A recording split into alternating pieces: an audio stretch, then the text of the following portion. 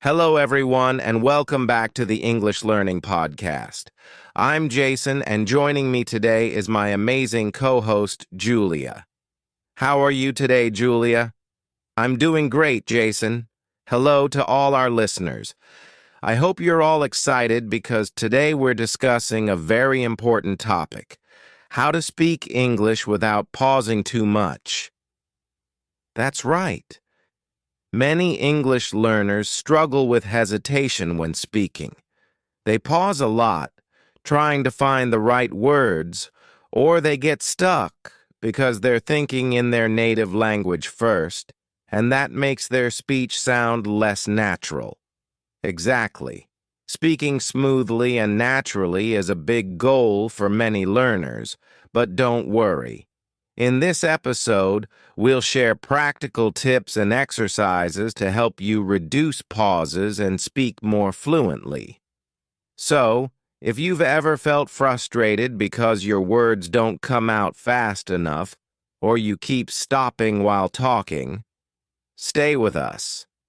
By the end of this episode, you'll have some powerful strategies to think faster, speak smoothly, and sound more confident in English. Sounds exciting? Let's get started. All right, Julia, before we talk about how to fix this problem, let's first understand why people pause so much when speaking English. What do you think are some common reasons? Great question, Jason.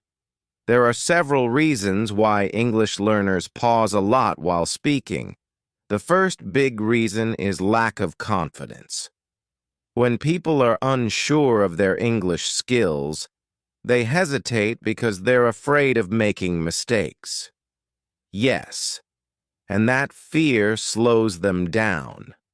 Instead of just speaking naturally, they keep second-guessing themselves. It's like their brain is saying, "Wait, is this the right word? Am I making a mistake?" And by the time they decide, the conversation has already moved forward. Exactly. Another reason is vocabulary gaps. Sometimes learners don't know the exact word they need, so they stop and try to find it. This makes their speech sound unnatural and broken. That's a big one.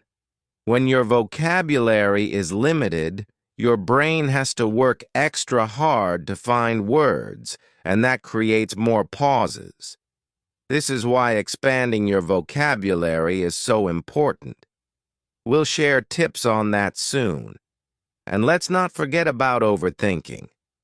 A lot of learners try to translate sentences from their native language into English while speaking, but English and other languages have different structures, so this slows them down and creates long pauses. Yes, overthinking is a major fluency killer. Instead of speaking naturally, learners are stuck in their heads, trying to get every sentence perfect. But guess what? Fluency is not about perfection. It's about flow. That's such a good point. And finally, some pauses happen because of nervousness and pressure. When people feel nervous, especially in conversations with native speakers, they freeze and forget even the words they do know. Oh, I see this all the time. When people feel pressured, their brains don't work as fast. That's why confidence-building exercises are so important. And don't worry, we'll share some of those today. So to summarize, the 4 biggest reasons people pause while speaking English are: 1. Lack of confidence. 2. Vocabulary gaps. 3. Overthinking and translating. 4. Nervousness under pressure. Exactly. And now that we understand the problem, it's time to fix it. Let's move on to the most exciting part: techniques to reduce pauses and speak fluently. Ready? Now that we know why people pause when speaking, let's talk about how to fix it. Julia, What's the first technique to reduce pauses? One of the best techniques is thinking in English instead of translating. Many learners translate sentences in their heads before speaking, and that slows them down. Instead, they should try to think directly in English. That's a game changer. If you always translate from your native language, your brain has to do double the work. First forming the sentence in your language, then changing it to English. That takes time and creates pauses. Exactly. A great way to practice thinking in English is to describe what you see around you in simple English. For example, if you're walking outside, you can think, the sun is shining. The weather is warm. I see a dog running. This trains your brain to process thoughts in English naturally. I love that. Another useful technique is using filler words. Now, I know some people think fillers are bad, but native speakers use them all the time to keep the conversation flowing. That's true. Filler words like, well, you know, actually. So, give your brain a second to think without creating an awkward silence. Instead of pausing completely, you can say, well, I think it's a good idea, or, you know, I really like that movie. That's a great point. Here's another powerful technique, shadowing. Have you heard of this, Julia? Of course. Shadowing means listening to a native speaker and repeating what they say immediately, like an echo. It forces you to speak quickly and smoothly without pausing. Yes, you can do this with English podcasts, YouTube videos, or audiobooks. Just play a sentence, pause, and repeat it exactly the same way. Over time, your brain will get used to speaking without hesitation. That's such a good exercise. And here's one more tip. Don't aim for perfection. Many learners pause because they're afraid of making mistakes. But in real conversations, mistakes are okay. Absolutely. The goal is to communicate, not to be perfect. If you can't remember a word, try explaining it in a different way instead of stopping completely. For example, if you forget the word refrigerator, you can say, the machine that keeps food cold.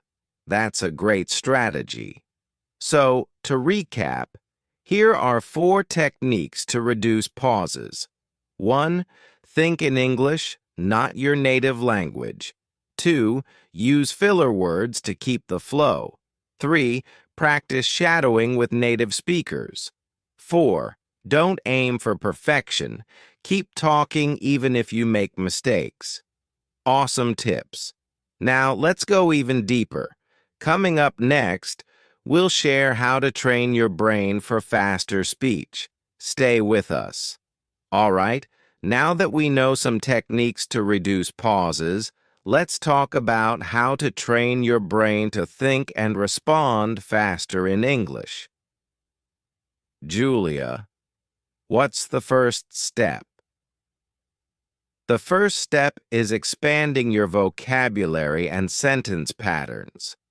If you don't have enough words or common phrases in your mind, your brain will struggle to find the right words, and that causes pauses. That's so true. And the best way to do this is by learning phrases instead of individual words. For example, instead of memorizing the word opinion, learn the full phrase, in my opinion. That way, when you need to share an opinion, the phrase comes out automatically. Exactly. And another great technique is active listening. The more you listen to English, the faster your brain will process words and sentence structures.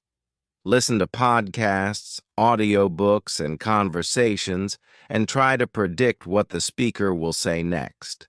I love that. And speaking of prediction, here's a fun exercise: conversation anticipation. When you're listening to someone speak, try to guess their next word or phrase before they finish their sentence. This trains your brain to think ahead and respond quickly. That's a great trick. And another powerful technique is imitating native speakers. Find a speaker you like, maybe from a TV show or a podcast, and try to copy their way of speaking, including their speed, rhythm, and pronunciation. Yes, imitation is one of the fastest ways to train your brain. The more you expose yourself to natural English speech, the faster your brain will process and produce English. So, to summarize, here are the 4 ways to train your brain for faster speech. 1. Learn phrases instead of single words. 2. Listen actively and predict what's coming next. 3. Practice conversation anticipation. 4. Imitate native speakers to improve speed and fluency. Great tips. Now that we've trained our brains, let's move on to practical exercises that will help you speak more fluently. Now that we know how to train our brains for faster speech, let's talk about some practical exercises that will help you speak fluently. Julia, what's the first exercise? One of my favorites is the 1-minute speaking challenge. This is a simple but powerful exercise. Pick a topic and speak about it for 1 full minute without stopping. Even if you make mistakes, keep going. That's a great one. And you can start with easy topics like my daily routine or my favorite food. If 1 minute is too hard, start with 30 seconds and slowly increase your time. Exactly. Another great exercise is story retelling. Listen to a short story, a podcast, or even a movie scene, and then try to retell it in your own words. This helps with fluency and vocabulary recall. I love that exercise. It forces you to think in English and form complete sentences. Here's another one: speed conversation practice. Set a timer for 2 minutes and have a fast conversation with a friend, or even talk to yourself in the mirror. Yes, the goal is to respond quickly without overthinking. And for those who don't have a speaking partner, you can practice with speech-to-text apps. Just speak into your phone and see how much it gets transcribed correctly. That's a great way to check pronunciation and fluency. So, let's summarize the 4 best exercises to improve fluency. 1. The 1-minute speaking challenge.